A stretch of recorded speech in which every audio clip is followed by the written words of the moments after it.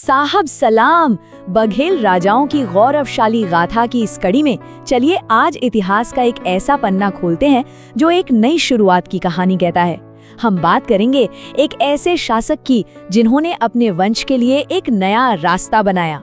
तो चलिए शुरू करते हैं ये दिलचस्प कहानी।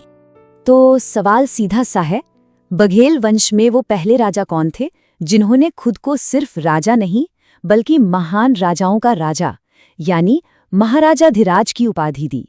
यही सवाल है जो हमें आज की कहानी के बिल्कुल केंद्र में ले जाएगा।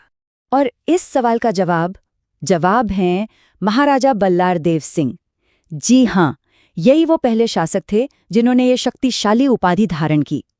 तो आखिर क्या खास था इनके दौर में, और ये उपाधि, इसका असल में मतलब क्या था? चलिए समझते हैं। अच्छा, किसी भी शासक को समझने के लिए उसका समय समझना बहुत जरूरी होता है। तो महाराजा बल्लार देव सिंह उस दौर में राज कर रहे थे जब दिल्ली में सुल्तान फिरोज शाह तुगलक का शासन था। सोचिए, दिल्ली सल्तनत उस वक्त अपने पूरे जोर पर थी। ऐसे माहौल में अपनी एक स्वतंत्र पहचान बनाना ये कोई छोटी मोटी बात तो नहीं थी। और देखिए, ठीक इसी चुनौतीपूर्ण दौर में उन्होंने वो कदम उठाया जो ऐतिहासिक बन गया। उनसे पहले किसी भी बघेल राजा ने ये उपाधि नहीं ली थी।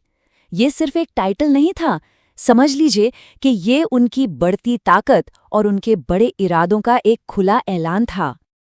तो ये जो शब्द है महाराजाधिराज, आखिर इसका असली मतलब क्या है? इसका सीधा सा मतलब है महान राजाओं का राजा।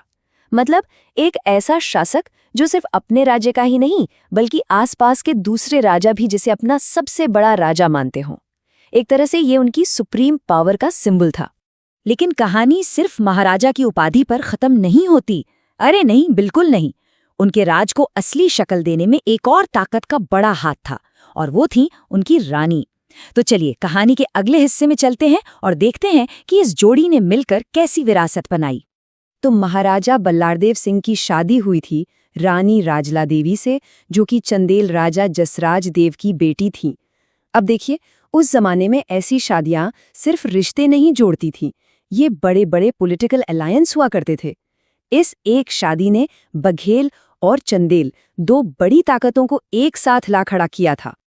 और महारानी राजला देवी सिर्फ एक रानी बनकर नहीं रहीं, उन्होंने अपनी एक अलग पहचान बनाई। उन्होंने अपनी राजधानी गहौरा में लोगों की भलाई के लिए दो बहुत ही बड़े काम करवाए। एक तो उन्होंने एक विशाल तालाब खुदवाया, और दूसरा ठीक उसी तालाब के किनारे पर शीतला माता का एक मंदिर बनवाया। ये काम आज भी उनकी दूर की सोच की कहानी कहते हैं। तो एक तरफ राजा की बढ़ती हुई ताकत और दूसरी तरफ रानी के लोगों के लिए किए गए काम, इन दोनों चीजों ने मिलकर उनकी राजधानी गहौरा की तो जैसे तस्वीर ही बदल दी। चलिए देखते हैं कि इन दोनों का मिला-जुला असर आखिर कैसा रहा। तो हुआ ये कि उनके राज में गहौरा सिर्फ पॉलिटिकली ही पावरफुल नहीं बना, बल्कि कल्चर और धर्म के नजरिए से भी बहुत समृद्ध हो गया। मतलब महाराजा के टाइटल ने इलाके में उनका दबदबा बनाया, पर महारानी के बनवाए तालाब और मंदिर ने आम लोगों को सुविधा भी दी और आस्था का एक मजबूत केंद्र भी। लेकिन जैसा कि हम सब जानते हैं, इतिहास कभी एक जगह ठहरता नहीं है। बल्लारदेव सिंह और राजला देवी के बाद बघेल खानदान की कहानी ने एक बिल्कुल नया मोड़ लिया। एक बड़ा टकराव, एक बड़ा संघर्ष अब दरवाजे पर दस्तक दे रहा था। कहानी का अगला पड़ाव हमें ले जाएगा राजा सिंहदेव के पास। और मजे की बात देखिए, उनका युद्ध उन्हीं चंदेलों से हुआ जिनके साथ कभी उनके पुरखों ने रिश्तेदारी की थी।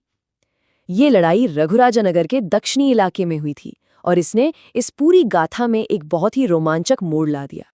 तो आज की ये बातचीत हम इसी एक बड़े सवाल पर खत्म करते हैं कि किसी शासक की असली विरासत आखिर होती क्या है।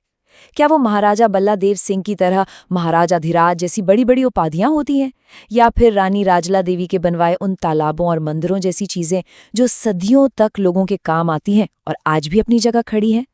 इस पर सोचना तो बनता है।